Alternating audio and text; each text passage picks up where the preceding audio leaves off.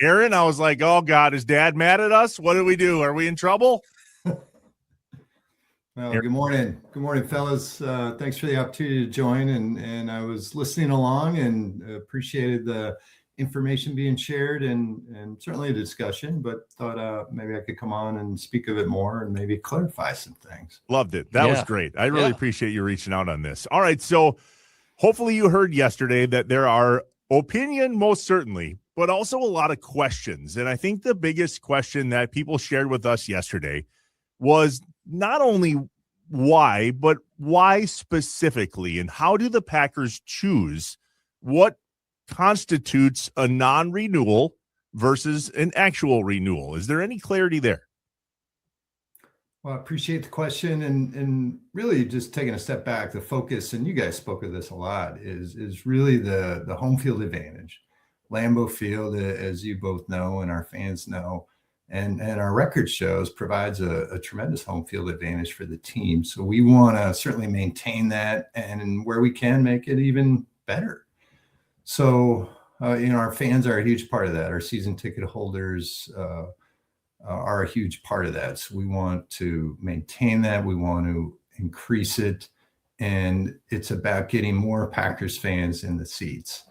And what we've done over the last few years is had this effort to put more fans in the seat. And the way we're doing that is we're taking, each year we have our season ticket holders, and it is a year by year process. These tickets are revocable, those types of things. So when you have a season ticket, that is not yours. That's the team's, and it gets issued every year, and you pay for them and you're able to use them. And we want to emphasize that our season ticket holders should be using their tickets. And if the sole reason you are a season ticket holder is to sell those tickets, then you shouldn't be a season ticket holder. So that's the non-renewal process. We have data that allows us to see how the tickets are being used, and they are intended to be used by the season ticket holder. That person, their family, their friends, their coworkers, their business associates, that Packer group of people that our ticket holders have that go to the games together and make arrangements to use the tickets throughout the season. And when we see that they're not being used with that intent, that's when we do not renew them. And then we'll most of those tickets we use for the season ticket waiting list. And you may have seen in some of the stories that were done over the last few years, we've got a few thousand tickets that became available through this process. And we brought on more than 1,000 new season ticket holders who, of course, have been waiting for decades to become a season ticket holder and go to the games. So that's how this process works. Aaron, I really appreciate you coming on, because I had a ton of questions after this. And one of the biggest was just about the guidelines, right? If I'm a season ticket holder and maybe I can't make it to every game, but I don't know when I'm breaking the rules. There's this gray area between, okay, so if I'm, giving the tickets to a game to my children and they're going, or to, as you mentioned, a coworker or a friend, or if I can't make one, so I am selling them. What is the guidelines of when I'm in trouble and when I'm not in the Packers' eyes? Well, I think the way you described it right there are the guidelines. So, and even right in the policy, it says the ticket holder, their family, their friends, their business associates, that group of people. And we hear these stories each and every season. You've heard them. You've participated in them. I mean, the idea is we want Packers fans in those seats. So when you're a season ticket holder, you've got your normal use of them. And we hear from families who divvy them up each year, whether it's your schedule conflicts. I myself am a third generation season ticket holder. My grandparents had them at Old City Stadium, and our family's had them since then. And I've got brothers and family members, friends, cousins, those sorts of things. And the schedule comes out and we make plans to use them. And what you described is kind of that too. And that's exactly what we're talking about. If you can't make the game in your usual group, do your best to get them in the hands of Packers fans, your network or whatnot. And we also have the ability to sell them on the secondary market. Ticket Exchange is one that we work with, and we recommend have for those times that you cannot go to the game yourself with your usual group, or you're not getting them directly into the hands of Packers fans, that we have that safe, convenient way to post them for resale. And that is down the list of things that we think, that list that you should follow as the schedule comes out and you make your plans for the season. Aaron Popkey, the Green Bay Packers Director of Public Affairs, joins us on Inside Wisconsin Sports with Trevor and Josh, talking about the whole season ticket renewal, or in some cases, non-renewal policy. So when these situations come up, Aaron, there's a bunch of follow-up questions from what you just said, but the main one I think is about handing them down from generation to generation. Is it true that you can hand it down once and then it has to get turned back into the Packers, or how does that work? You can transfer tickets within your family. So if that's forever, yes. If that's okay. Like I said, I'm a third generation. So it was my grandparents to my parents and now to me and my brothers that use them. And like I said, other family members and Packers fans and those types of things. So that is part of the policy, that you can have it within your family. And for us, that's the intent of those tickets. These are Packers fans who are using them. That's our focus. Again, the intent is to use them, get them in the hands of Packers fans, those types of things. Aaron, not to talk in circles here, but I kind of want to go back to what I was talking about with this gray area of, if I can't, you said like selling them to Packers fans. Okay, well, if I'm selling them on Ticketmaster or however I'm doing it, especially with them being digital, right? So I'm not even, since there aren't paper tickets, I can't even go up to a Packer fan and go, hey, this guy's wearing, a Jordan Love jersey. I know he's a Packer fan. Hey, here are the tickets. I'm selling them online. I can't guarantee that those are going to the fans that you want them to. I still feel like there's this gray area around when the Packers are making the decision that you're doing it right or you're doing it wrong. How can a Packers fan that has season tickets make sure that if they are selling the tickets or if they are, giving the tickets away or whatever, they could be, let's say, donating them to a charity? But they don't know who's going to end up in those, but they're doing it for a good cause. What are the guidelines here beyond just, we want Packers fans in the seats? Well, our policy is these last few years, and you may have seen this too, we are taking those tickets or those ticket holders who are repeatedly reselling them. So yes, the platform you described, the donations are still a possibility too. And when they go to, and what we're saying is those are down the list of things that we're advising to do. Everything you just said, try and get them in the hands of Packer fans, friends, family, your network, those sorts of things. You transfer them, they're being used.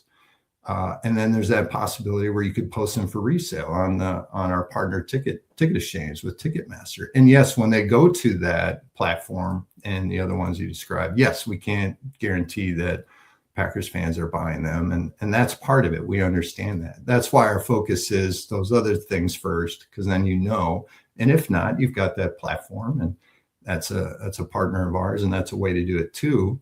And we speak too of the great experience that we have at Lambeau. We know visiting team fans enjoy that. It's a bucket list. We're proud of that. Our fans are proud of being good hosts, those types of things. We would love for those numbers to be in the hundreds, not the thousands, that type of thing. So when you hit those platforms, correct, we don't know that who's buying them, but that is part of the process. But we're just saying, hey, have that be lower in your process. But what we're really doing is emphasizing using those tickets. And when we see that someone is 100% selling them or repeatedly selling them, whether that's online or, if you're transferring repeatedly to others who sell them or brokers, those types of things, that's what we're talking about here. And we want to emphasize the use of the tickets. Does that clear that up a little bit? Yeah, that helps. That helps. Yeah, it's the repeated reselling. If you're a season ticket holder, you should be using the tickets in the ways that we've described. And if you're repeatedly reselling them, or if your sole intent is to get those tickets and then resell them, you shouldn't be a season ticket holder. Okay, so the word soul intent matters there, right? Aaron Popkey, Director of Public Affairs, Green Bay Packers on Inside Wisconsin Sports with Trevor and Josh. There was a number of different stories in Richard Ryman's article, which I'm 100% certain you saw, Aaron, in regard to some of the things that some fans have come back with, going, man, I was in the Navy for 8.5 years, or my grandparents are frail. And there's two sides to every story. Richard, in his newspaper article in the Green Bay Press-Gazette, noted that there have been times where there's been a revocation, and yet the story is told, the conversation's had, and the Packers reversed that decision. So without giving us a number, how often do you go through that process on the backside? We do have a process. We have the non-renewal letters that are going out now. So the accounts that have been identified as falling into this category are receiving information as to why they're not being renewed for this season. And there is a process within that they can follow. They can email us with circumstances, and we take a look at it. And out of respect for those situations and what some ticket holders are going through, I won't necessarily get into the details, but we have made exceptions for some of those things that you may have seen, whether it's medical, military, those types of things. I can't speak to each of those specifically, but we feel really confident in the process that we have to take a look at those. And when we do make exceptions, it's for legitimate and compelling reasons. Aaron, so if someone has their season tickets and they are wanting to get more information, right? Like if even the questions I've asked you, if there's not enough, because we had a ton of people texting in yesterday that go, hey, I can't go to half the games. Is that the cutoff? Is there more? How can they get more clarification to their specific questions or concerns? Well, one, if you are not being renewed, there is a specific process there that fans will receive that information. The ticket holders themselves will receive that information. And of course, if ticket holders have questions, every year they've got information out to contact about any questions they may have. We're not necessarily looking at a hard and fast number. And what you described, if they can't go to half the games, they're working with their family to divvy up the tickets. And those are some of those fun stories we hear every year. I'm a third generation season ticket holder, and with my siblings, we make plans for the games. The schedule comes out in May. I control the tickets. I get the first choice. And then my siblings, get the other games, and we split it up that way. So what you described is something that happens every year. I can't go to half the games, so my siblings use them, my friends use them, neighbors, that sort of thing. I mean, again, we're encouraging people to use the tickets. We totally understand that people have a plan each and every season how to divvy up the tickets, and that's part of the the great lore that we have with season tickets. So that's really our focus. We're talking more about those who get them every year and they repeatedly sell them, whether it's online or through the platforms, or they're transferring them to brokers and they're not using them. If there's a plan to use them the way you just described, that goes on each and every season. We're talking about the ones who repeatedly simply resell them. It's probably a situation where you shouldn't be a season ticket holder anymore. Aaron, I appreciate you reaching out to me to jump on and talk about this. The easy thing would just be to put out the statement and move on. And you don't do that. You actually go, okay, hold on. Let's see if we can't have a conversation and provide some clarity in a situation that's simply gray. Not everything in life can be black and white, especially with this. And so the opinions are abound, as you would expect. And this is a gray situation. But I think the message is, if you have season tickets, do everything you can to A, go to the game yourself, or B, if not, sell them to friends and family that are Packers fans. And the whole idea is home field advantage. Last one, and then we got to let you go. Actually, I have like 1.5, but last one about the Packers. Then I want to ask you real quick about Give Big Green Bay that kicks off today at noon, to make sure that everybody knows the Packers' impact on that. One person said yesterday, it's awfully convenient that the Packers want us to keep our tickets, yet love that we're the best traveled team in the NFL and we fill everybody else's stadium. Does it really just come down to that, Aaron? Is it about home field advantage and making sure that Lambeau Field and our players have the ability to have the advantage that we take away from other teams in the NFL? Because there's a lot of people talking about money. And last I checked, the Packers don't need more money. This is not about money. This is about home field advantage. Is that true? Well, tickets, from a revenue standpoint, tickets are a very crucial piece of the overall revenue picture. So, we're very intentional on our pricing, and I think you see that every year. We shoot for the middle of the NFL average. We've got a top-rated experience. We've got a lot of demand for our tickets, and yet we try and keep our price in the middle to take all that into account. We're sold out for each and every game, so that piece is there. It truly is about the home field advantage. We would love as many green and gold fans in the stadium as possible. I mentioned earlier we've got that great experience for visiting team fans, and we want to continue to do that. But let's keep those number of visiting team fans minimal. So that's part of this effort. And yes, when we go on the road, our fans travel well, whether it's from Green Bay, from Wisconsin going, or people near that other visit, wherever we're playing, those teams fans show up in force. And the tickets and the way they're distributed makes it convenient to be able to do that. We certainly want to see our fans out there too, but across the league, there are more of these types of efforts going on too. So it's the realities of teams wanting to emphasize their home field advantage. So we certainly encourage our fans to still take their opportunities on the road when they can. And at our place, we still have visiting team fans, but let's see if we can decrease those numbers and increase the number of Packers fans. And revenue is certainly important, but that really doesn't factor in this effort. It is more about home field advantage. Tell us about the Packers' involvement with Give Big Green Bay. It kicks off today at noon. I'll be out there tomorrow morning broadcasting Inside Wisconsin Sports live from the Johnsonville Tailgate Village. There's $550,000 in matching funds from the Packers and other generous donors. Tell us about the community impact part of your role with the Packers, specifically to Give Big Green Bay. Yeah, thanks for asking. That is something that's been going on for years now, and that money is available. There's 50 organizations, that nonprofits that do tremendous work here in Green Bay and Brown County, and you have the opportunity to learn about them and support them via donations. The Packers Foundation has a matching grant of $250,000. That's part of the 500 plus that you mentioned. So as people donate, that money will be matched to those donations to these wonderful nonprofits with the missions they have.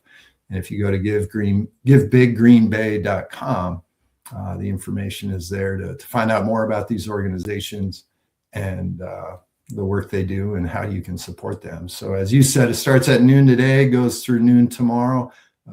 Big day of giving, and if people are curious, we encourage them to be curious and learn more about them and support where they think it makes sense for them. We appreciate it, Aaron. Thanks for reaching out and coming on and helping us just tell more of the story from your side. I mean, there was a lot of fans yesterday that had a lot of takes on what all this meant for season ticket holders and Packers fans.